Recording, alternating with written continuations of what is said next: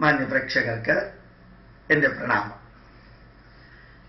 ഇന്നലെ ഇൻസ്റ്റിറ്റ്യൂട്ടിൻ്റെ അസാധാരണ പ്രവർത്തകനായ ഷിജുലാൽ എന്ന ഒരു ചെറുപ്പക്കാരനെ കുറിച്ച് ഞാൻ വിവരിച്ചു. അദ്ദേഹത്തിൻ്റെ ആ വിവരണം വായിച്ചും കേട്ടും ഒത്തിരി പേര് പ്രതികരിച്ചു.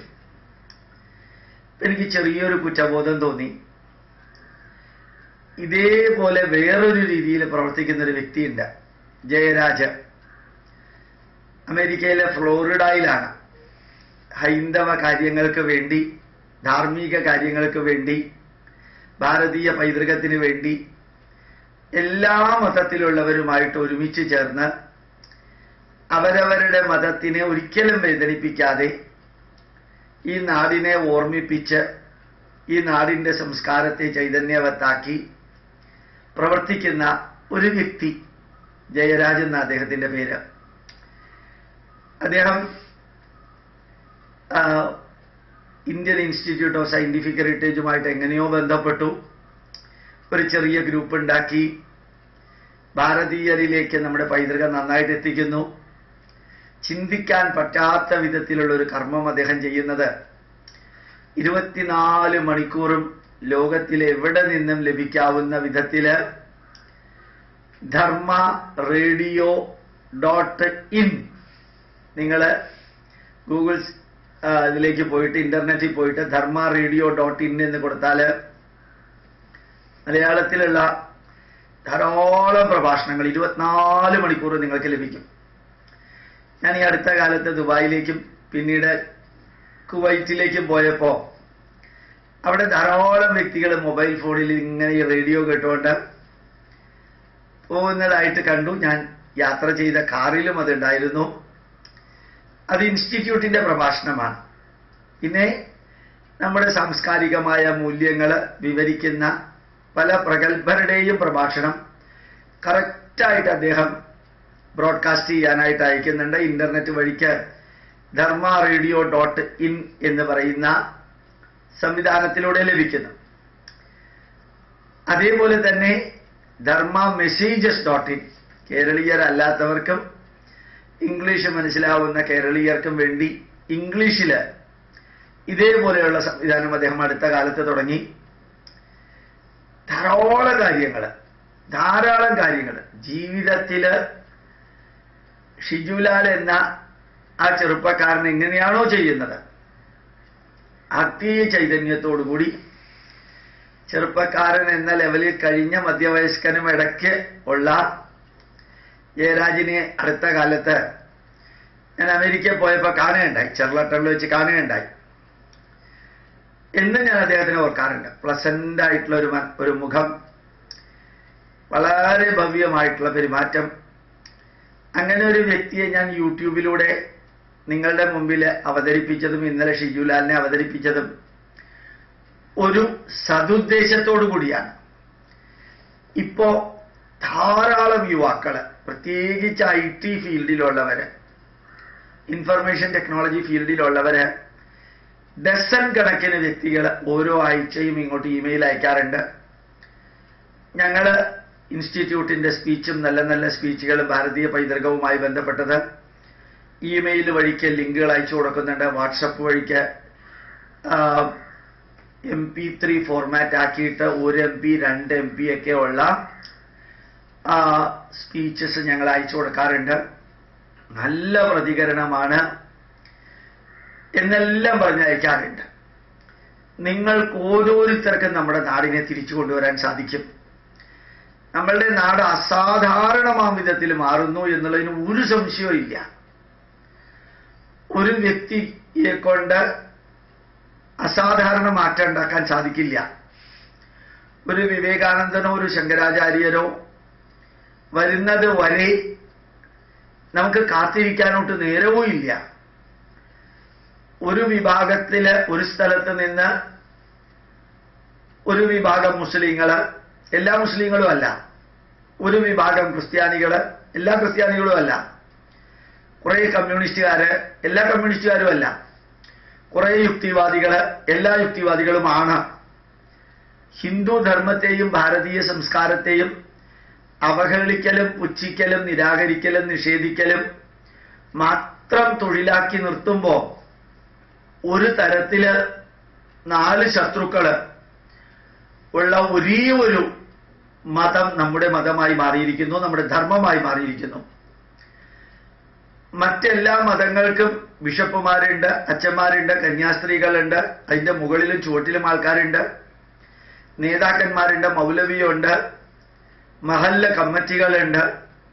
ഇങ്ങനെ ഒന്നുമില്ലാതെ അങ്ങ് തുറന്നു ജീവിക്കുന്ന, ആട്ടിടയനില്ലാത്ത ആട്ടിൻപറ്റങ്ങളെ പോലെ ജീവിക്കുന്ന ആ ഹൈന്ദവ ജനതയ്ക്ക് അവരെ ഒരുമിച്ച് കൊണ്ടുവരാൻ സംഘടനകൾ മുമ്പോട്ട് വന്നാൽ അത് വർഗീയമായിട്ടും തനി പിന്തിരിപ്പനായിട്ടും പ്രഖ്യാപിച്ച് മറ്റ് മതത്തിലുള്ളവർ എത്രത്തോളം മതപരിവർത്തനവും മതാധിഷ്ഠിതമായിട്ടുള്ള കർമ്മങ്ങളും തനി അന്ധവിശ്വാസവും ചെയ്താലും ഒന്നും പ്രതികരിക്കാതെ ഒരു പ്രഭാഷണത്തിന് 1 മണിക്കൂറുള്ള പ്രഭാഷണത്തിലെ ഒരു വരിയെടുത്ത് യുക്തിവാദികളും മറ്റുള്ളവരും ആ പ്രഭാഷണത്തെയും ഹിന്ദു ധർമ്മത്തെയും മുഴുവനും അവഹേളിക്കുന്ന വിധത്തിൽ പ്രവർത്തിക്കുമ്പോൾ ഈ ജയരാജിനെയും ഷിജുലാലിനെയും പോലെയുള്ളവരായി തീരാൻ എനിക്ക് തോന്നുന്നു വളരെ വലിയ ത്യാഗമൊന്നും സഹിക്കേണ്ട,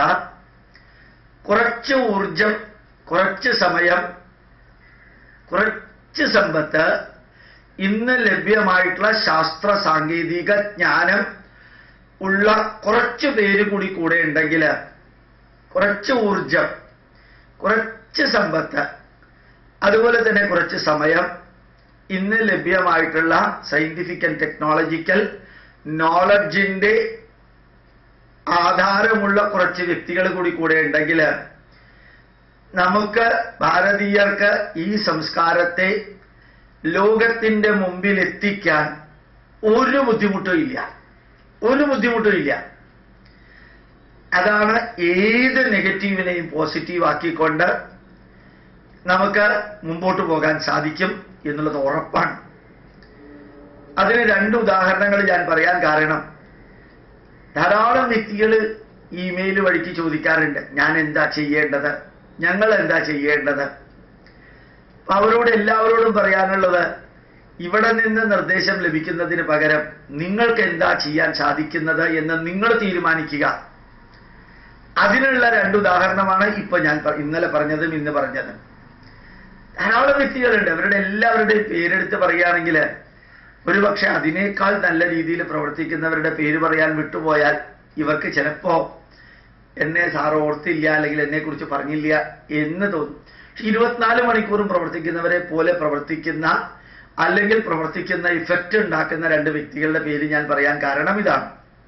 അവർ 2 പേരും ഇങ്ങനെയുള്ളതൊന്നും പ്രതീക്ഷിക്കുന്നില്ല എന്നുള്ളത് എനിക്കറിയാം. എനിക്ക് അത്ഭുതം തോന്നിയത്, ഇന്നലെ ഞാൻ ഷിജുലാലിനെ കുറിച്ച് പറഞ്ഞപ്പോ, ഇന്നലെ 12 മണിക്കാണ് ഞാൻ ഉറങ്ങാൻ കിടന്നത്. 2-3 പ്രഭാഷണം കഴിഞ്ഞ് വന്നപ്പോ അപ്പൊ ഞാൻ ഇന്റർനെറ്റിൽ ഇമെയിലൂടെ നോക്കി, യൂട്യൂബിൽ നോക്കി, ഈ വ്യക്തി താങ്ക്സ് പറയുന്നുണ്ടോ, അല്ലെങ്കിൽ സാർ എന്നെ കുറിച്ച് ഇങ്ങനെ പറയേണ്ടായിരുന്നു, അല്ലെ പറഞ്ഞതിൽ സന്തോഷമുണ്ട് എന്ന് വല്ലതും പറയുന്നുണ്ടോ എന്ന് ഞാൻ ആ കമന്റ് നോക്കി. അങ്ങനെ യാതൊന്നും പറഞ്ഞിട്ടില്ല എന്ന് മാത്രമല്ല, മിനിഞ്ഞാന്നും ഇന്നലെയും യൂട്യൂബില് അപ്ലോഡ് ചെയ്തിരിക്കുന്ന നമ്മുടെ FLV ഫോർമാറ്റിലുള്ള സ്പീച്ചിനെ ഓഡിയോ ഫോർമാറ്റ് ആക്കിയിട്ട് എല്ലാം വാട്സപ്പ് വഴിക്ക്, ഞാൻ പുതിയതായിട്ട് ഉണ്ടാക്കിയ വാട്സപ്പ് ഗ്രൂപ്പ് വഴിക്കും എല്ലാവർക്കും എത്തിക്കൽ മാത്രമാണ്. ഒരു എന്താ പറയുക, ബന്ധനമില്ലാത്ത രാഷ്ട്ര സേവനം എന്ന് എൻ്റെ മനസ്സിൽ തോന്നിയത് ആ വ്യക്തി ചെയ്തു. നല്ലത് പറഞ്ഞപ്പോഴും അല്ലാതെ ചീത്ത പറയേണ്ടി വന്നിട്ടില്ല. ഒരേ വികാരത്തോടു കൂടി പ്രവർത്തിക്കും. നിങ്ങൾക്ക് സാധിക്കട്ടെ, നമുക്ക് നമ്മുടെ രാഷ്ട്രത്തെ തിരിച്ചു കൊണ്ടുവരാം, നമ്മുടെ പൈതൃകത്തെ തിരിച്ചു കൊണ്ടുവരാം. 4 ശത്രുക്കള്, ഈ രാഷ്ട്രം എത്രയെല്ലാം തിന്മകള് സഹിച്ച രാഷ്ട്രമാണ്. 650 വർഷം വിദേശ മുസ്ലിങ്ങളുടെ അതിക്രമത്തിലെ ചതഞ്ഞരഞ്ഞ് മരിക്കാത്തൊരു രാഷ്ട്രം. 252 വർഷം വിദേശ മുസ്ലിങ്ങള്, ഡച്ചുകാരും ഫ്രഞ്ചുകാരും പോർച്ചുഗീസുകാരും സ്പെയിൻകാരും പിന്നെ ഇംഗ്ലീഷുകാരും വന്ന് കൊലപാതകം നടത്തി ആൻഡമാൻ നിക്കോബാർ കാലാപാനിയിലൊക്കെ നടത്തി കൂട്ടിയത് കഴിഞ്ഞിട്ടും ഇന്നും ഭാരതം ചൈതന്യവത്തായി നിലനിൽക്കുന്നു എന്നുള്ളതിന് കാരണം കുറേ പേരുടെ സംഘടിതരല്ലെങ്കിൽ പോലും അസംഘടിതരായ കുറേ പേരുടെ ത്യാഗോജ്വലമായ ജീവിതമാണ്. അത് കുറച്ച് സമയം, കുറച്ച് ഊർജം, കുറച്ച് സമ്പത്ത്, അതേപോലെ തന്നെ കുറച്ച് അറിവ്, അത്യന്താധുനികമായ അറിവ് അല്ലെങ്കിൽ അറിവുള്ളവരുടെ കൂടെ ഉണ്ടാവുക, ഇതുകൊണ്ട് നമുക്ക് ഭാരതത്തെ മാറ്റാൻ സാധിക്കുമെന്ന് ഓർമ്മിപ്പിക്കുന്നു. പ്രണാമം, നമസ്കാരം.